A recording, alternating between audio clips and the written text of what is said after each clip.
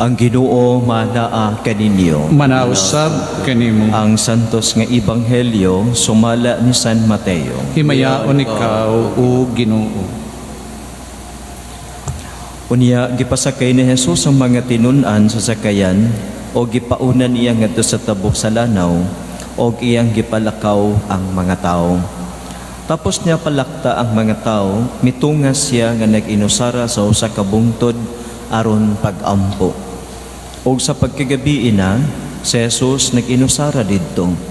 Niadtong tungura ang sakayan dito na sa lawod, ikuso-kuso sa mga balod kay ang hangin sungsungon man.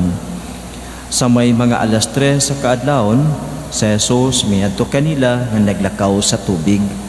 Sa pagkakita sa mga tinun-an kaniya nga naglakaw sa tubig, nangahadlok sila pag-ayo. Ana ay multo, miingon sila, og naniyagit sila sa kalisang. Si Jesus mingon kanila, ayaw kamo kahadlok, ako kini. Kunya si Pedro miingon, Ginoo, kung ikaw kana, palakta ako sa tubig nganha kanimo. Dali nga rin, mitubag si Jesus. Busa mikawa si Pedro sa sakayan, og milakaw sa tubig ngadto kang Jesus. Apan sa pagkamatikod niya sa hangin, nahadlok siya og misugod pagkaunlod. Ginoo, luwas sa ako, misinggit siya. Diha-diha gidawat siya ni Jesus og gibira og miingon si Jesus kaniya, pagkadiyotay sa imong pagtuo. Nganong nagduha-duha ka man, og nanakay silang duha sa sakayan og milurang ang hangin. Ang mga tinun-an nga didto sa sakayan misimba kang Jesus og miingon, ikaw gayud ang anak sa Dios. Mitabok sila sa lanaw og midunggo sa Genesaret og sa Jesus nailhan sa mga tao. Busa gipakuha nila ang mga masakiton sa kasikbit nga mga kayutaan og ilang gidala ngadto kang Jesus. Mihangyo sila kaniya nga pahikapon ang mga masakiton bisan na lang sa sidsid sa iyang bisti og ang tanan nga nakahikap niini nangaayo. Mga igsuon, ang ebanghelyo sa Ginoo. Daygon ka, Kristo. Sa ato karon nga gipaminaw nga ebanghelyo, nindot nga mamalandong kita kay ang mensahe ni Jesus kanato, miingon siya kanato karon, ayaw kamo kahadlok, ako kini. Atong balikan pagpamalandong ang atong kinabuhi, daghan ta og kahadlok. Daghan ta gikahadlukan nga mga panghitabo. Daghan ta og gikahadlukan sa kinabuhi tungod kay adunay gitawag nato nga global problem, kining gitawag nato nga pandemic. Pwede pod nga pandemic, dili pandemic, pero gitawag nato karon nga pandemic. Sa to pa, pan is world, unya demic sickness, so worldwide nga sickness. Niya hadlok ta kay sa kadaghan sa atong mga balita nga nadungog, overly bombarded ang atong mga huna-huna, ang atong mga dalunggan. Unya kung you are active in the social media, you are bombarded with all kinds of news. Fake news ang uban tinuod. So mao na nga kitsan asa ta mulingi na ay maghisgot og kamatayon, na ay diri na naghisgot nga nasakit, na gi-pick up nga tog ambulansya, na dito gi-oxygenan, na dito every kind of news atong madungog. Unya naay balita karon nga mga hospitals nato puno na dito overly populated na ang atong mga hospitals, daghan ta gikahadlukan. Unya naa po'y lain nga variant, naa pod si Delta variant, nya dunay Filipino version, Pinoy version is Delta variant. So Filipino version. For the international version, we have the Delta variant. Kunya sumala sa mga mga news nga atong nadungog, the Delta is 60% more contagious than the Alpha variant. So Alpha variant. So ang unang variant is less contagious kaya it can only takod-takod, no, makatakod siya sa upat ka tao, pero karon ang Delta variant makatakod up to 8 persons. So kung ako pananglita na ako'y Delta, makatakod ko og 8 nya. Ang 8 kada isa matakod po og 8, so paspas ang gitawag nato nga kanang pagkaylap sa balatian sa COVID. So mao na nga dunay upsurge, no, upsurge of kanang sakit karon. Mao ni nga murag mibalik ka sa sinugdanan kay kaniadto sa niaging tuig pagsugod sa pandemya, kitang tanan we don't know what to do. We don't know what to do. Unya nag-lockdown ang mga churches niya, ang mga tao dili anad, no, dili anad nga ikulong una sa balay kay dili pagauson kay dunay ECQ niya. We were found in confusion. Daghan mga naglibog sa itong buhaton ani. Even our medical teams, our doctors, nurses, they don't know what to do with those infected with COVID-19 in the beginning. And many of them also died because we don't really know how to take care of ourselves in the beginning. So mao na, dunay daghang kaayong mga kuan, daghan kaayong gitawag nato kahadlukan. So natay kahadlukan kay economically nawad ag trabaho, nag-close ang kumpanya, economically na natanggal ka og appeal, daghan. Unya dito bisan kanang atong gitawag kaniadto nga ordinary ra gud na nga hilanat, ato namang tawgon karon og COVID. Kanang ordinary nga sipon kaniadto, ato mang tawag og COVID. Unya kanang gipatay kay gidunggam, ato gyapong tawgon nga COVID. O kanang atong namatay tungod kay natuk-an siyang gikaon, wa makatuon, COVID. Mao na nga daghan kayo, taas kayo ang number of cases nga i-post diha sa official website. Yesterday 8,000 kapin. Pero tungod sa kadaghan sa atong mga nadungog sa mga gikan sa mga pamilya nga nakasinati, bisag dili COVID, i-appeal mag-count as COVID. We don't know what is really happening in our country. We don't know what is really happening in our society, and we don't know what is the purpose, what is the agenda behind all this. So mao ni nga kita nag-atubang taog daghang kaayong mga gitawag natong kahadlukan. Unya mahadlok taog kining atong katapad na baka ni si Jay mamang COVID na kada, baka ni COVID, no, ini muubor gani COVID nga pada. Grabe na to, grabe kay kada murag paranoid na bitaw ta kaayo. Una mi kag hoy ko muhatsing ko, ana ang kamot ha kanang gitudlo sa ato. Na unya pa makamakadumdum og ana sa imong kamot nga nakahatsing naka. So mao na nga tabon-tabunan ng atong baba kay inig hatsing diha ra sa imong mas, or kung muhatsing ka nga wa kay mas, ang uban nakamas dito ra pikas nga side sa mas. Mo na nga pagkadaghan sa itong gikahadlokan nining panahona, pero ingon ang Ginoo nga ayaw kahadlok, ako kini. Mabitaw nga ako na lockdown man ko sa Manila, dito magyud ko sa Manila pag lockdown kay dito man ko nasa, dito ko na everyday I have to go to the office. Unya layo man ang office, so I have to take a ride. Unya sus mao ni karon pagsakay nimo to spray alcohol, pag naog spray alcohol, pastilan pa ita, hurot ang mga alcohol. Kanitong panahon na pagsugod, ang tanang alcohol nangahurot. Wa nay alcohol sa tanang tindahan, tanang parmasya, grocery, whatever. Ay, paita ang trabaho, ano? Because daghan kaayo mga nangalisang. Pero, hala, 1 year na kapin, naramagyapon ang COVID. Pero sa message sa Lord, ngayon siya nga, giampingan tabaya ka? God, giampingan baya ta niya. Mana, dunay gitawag na to nga, dunay necessary nga adunay uban nga mo depart from this world to teach us the lesson to take care of ourselves.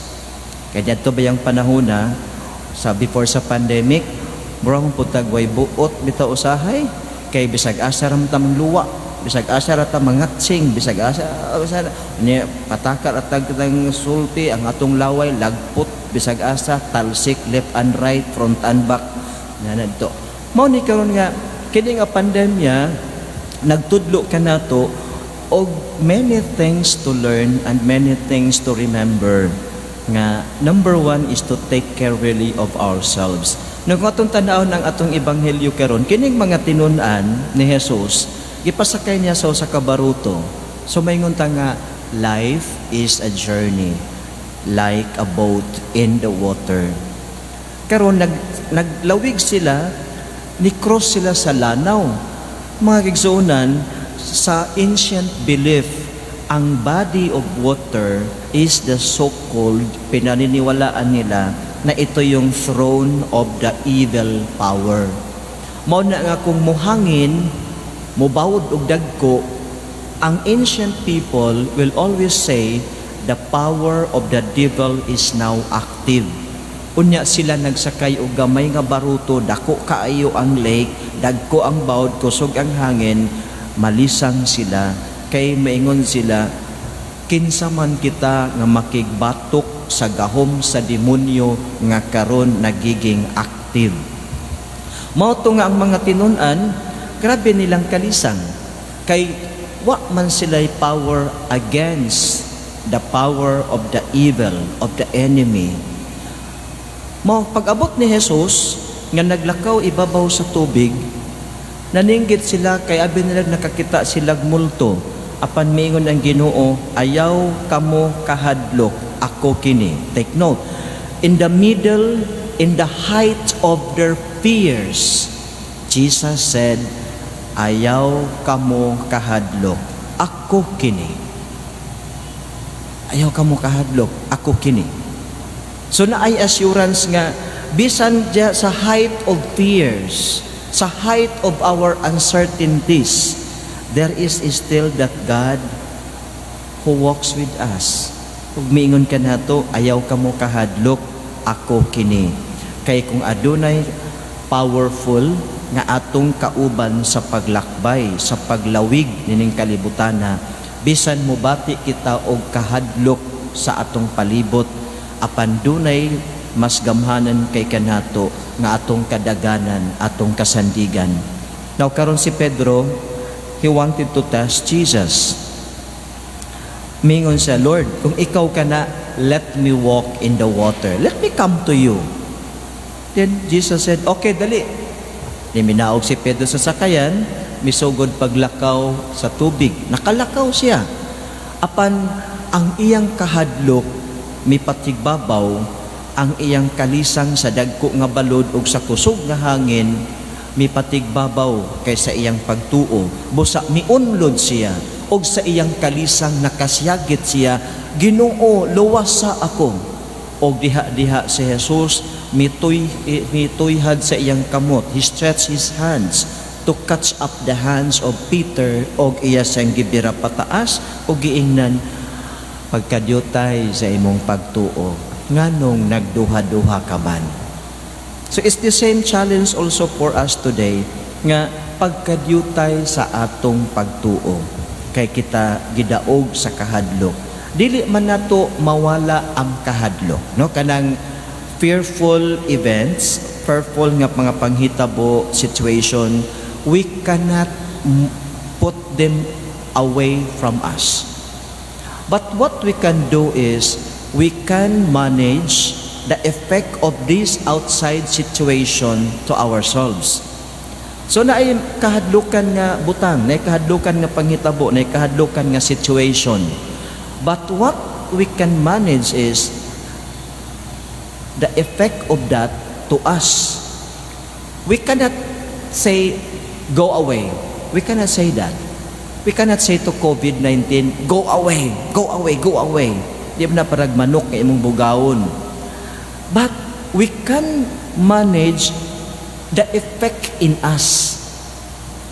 If we allow fear to come in, if we allow depression to come in, because of that situation seemingly unsolvable at the moment, you are defeated. It's either you commit suicide, it's either you get sick, bisag waon ta ka masakit o COVID, masakit na lang ka, kay nga naman, your mental disposition affects your health. Mabita nang maingon ta nga, there is power in positive thinking. Power in positive thinking. When you think positive, when you think wholesome things, when you think mga encouraging words, when you remember encouraging memories, then you are sending a message to your immune system, a good message, and your immune system will respond to that message. So mao ni tan-aw na to nga we can manage how this outside thing affect us. But if we allow fear to come in, we are a slave of that outside situation, that fearful situation, we become a slave. Mo bito na nigkabati na to nga kon ingana mangalisang dayon ta, mangalisang tana. But where shall we go? There is nowhere in this world without COVID. What we can do? Jesus said, ayaw ka hadlok, ako kini. Mabito nga na malandong ko no, nga dito Lord, naabtan man kog lockdown dito sa Manila. Dito gyud ang pinakagrabe niya itong pagsugod sa lockdown kay we don't know yet what to do. Apil masab me we don't know what to do unya mas lisod ang among gipuy-an kay we were living with senior citizens and sickly people. Unya kami tay mga basog-basog pagamay, very careful. Kung usaong pag-uli sa balay, very careful kay among mga kauban, mga senior citizens, mga tandugonon og kanang lawas kay mga masakiton na, ang uban nagdialysis na, ang uban na ni mga transplant sa kasingka, o sana mga transplant, magtanag mga battery ang mga kasing-kasing, whatever. Daghan na kayo mga kuan. But praise the Lord, giampingan baya ta sa Ginoo. Naay nasakit, naay mga natakdan, giampingan biya gihapon ta sa Ginoo. Manang we were able to recover. Na atay kahadlok pero we can manage how it affects us. Because if we allow these things to affect us greatly and then our faith wavers, kada magkaluya atong pagtuo, mo nagingon sa Ginoo kang Pedro, pagkagamay ni mong pagtuo. Baka kabalo nga giampingan tabaya ka. Una kumaw nitong panunay kanunay paghawakan ba nga kadagawas na to sa balay, mayon ka giampingan ko sa Ginoo. Pag-abot sa balay nga giampingan ko sa Ginoo. Paggawas o pag-abot sa balay nga giampingan ko sa Ginoo. Una kay giampingan ka sa Ginoo, we do also our part, mag-amping usab kita sa atong lawas. Una kay wa mo ta kaybaw kanon sa ta makakontract anang virus. Unta kabaluan na mao na nga atong tan-awon magigsunan nga when we arrive home, be sure to drink more water. Kay nga no, di ba kadumdum ta sa mga pronouncements sa atong mga DOH officials? The virus will enter through the mouth, through the nose. Later on they say through the eyes, mo nang magtabon tag face shield. So no other entrance of the virus except the mouth, the nose, and the eyes. Now karon kung gikan ta sa gawas, in case simba ko pito kalawd na atay na higop nga virus, kining atong tutunlan na sa mga good bacteria to fight the entrance of outsiders. Mo na ang maingon sila, they will stay for a while here. So mao pag-abot sa balay, drink more water aron ma-dilute o mahuwagbong siya sa digestive system. Mas nindot kong lukewarm. Kay nga nung lukewarm man, kay kanang virus karon giputos na siya og protein. Mao na gitawag nga protein coated virus. Ang mupilit sa imo kanang murag sebo o kanang murag mantika ba mo na mo pilit nimo mo na mo infect, gitawag nag-spike protein. Pag-ana ang mantika, di ba? Ang mantika kung mo kan sa imo kan dili man na mahagbong diretso. Sangit pa na diri. Mo na ang advice sa mga experts mao nga drink more water when you arrive. Unya ang uban Dios katong mga naay lemon water ana dito. Basta whatever basta water mas preparable kung naay init. Kay ngano init? Tungod kay protein coated ang virus, kung naay init, ang sebo malusaw, madissolve. Kung bugnaw, ang mantika butangi kuno nagbugnaw, motibugol na siya og samot.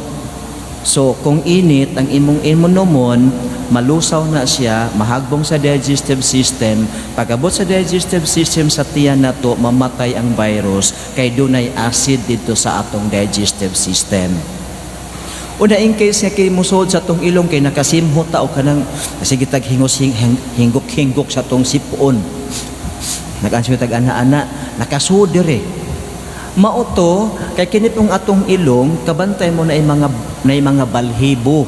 Kani siya gitawag na siya antiviral o antibacterial element to fight. Mao na nga mosangit usa sa diri kadiyot sa di pa siya moadto sa atong lungs. So mao tong mo-apply tong katong pinausok-usok nga nagbukal nga tubig, mao toy higupa, mao toy i-inhale tungod kay init na siya, whatever nga nasi imong ilong, then it will melt, mapatay pud siya. So mao nga nindot pud kaayo nga we practice that kay kini bitaw say moabot as balay di pasagad ra man tas tong kaugalingon. We practice that nga kuan makatabang siya. So mao na nga this pandemic is teaching us many things. Basic ra gyud kaayo nga gitudlo to take care of ourselves for others to be taken care of. So kung makamao ta moamping sa tong kaugalingon, makaamping pud ta sa uban. Kay mo man na siya ang katong very basic yun na. Unya we practice nga the policy of no touching. No touching. Hands, exercise, instruct your hands not to touch your face, not to touch your eyes, not to touch your nose.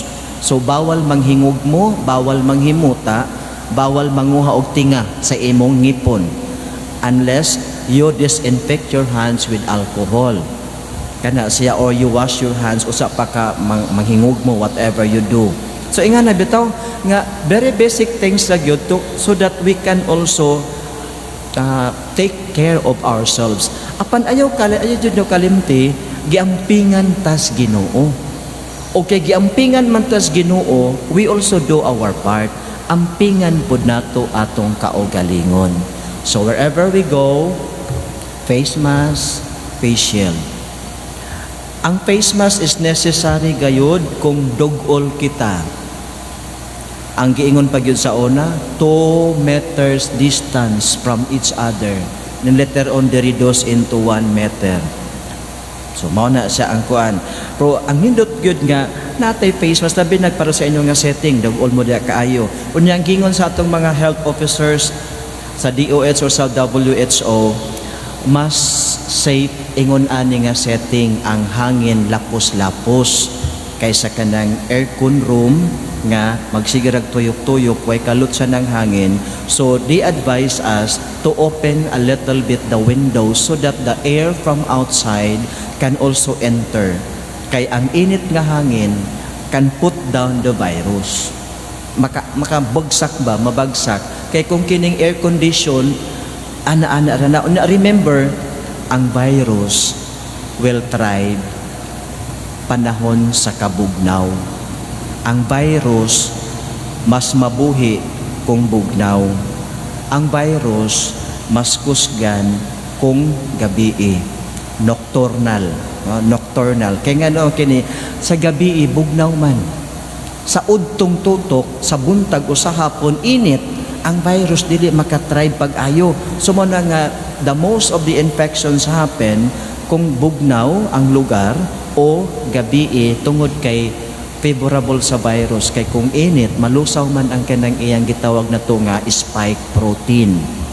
So mo na siya nga knowledge is power, di ba? Mingo si Ernie Baron kaniyad to, knowledge is power. If we know, then we get hold. Na kanang dili kayo ta malisang ba unsay kuan gyud ani how to take care of ourselves kay hibalo ta unsay basic information. Pero kung ta kay balo, lisangon ta. Terus bisa ipasaugpo na punta ani kay lisangon na tandaan. So mga kaigsunan atong hinumduman, mingon ang Ginoo kanato karon, ayaw kamo kahadlok. Ako kini nya mingon sa kang Pedro, pagkajutay sa imong pagtuo. Sadyang nagpakitabang siya tungod sa kalisang, gikuptan siya sa Ginoo. Imagine, ang kinabuhi nimo sugad sa pagsugod sa pandemya, gikuptan bayata sa Ginoo. Okay, gikuptan ta niya buhi patangtod karon. Kung mamatay na ta, iyan at ang gibira pa doon kaniya. Kaya papauli na ta. Pero as long as we apata dinhi, ayaw kalimti, gikuptan kita sa Ginoo. Manindog kitang tanan, mga kigsunan, o gatong ipadayag sa Ginoo ang atong mga pangaliya.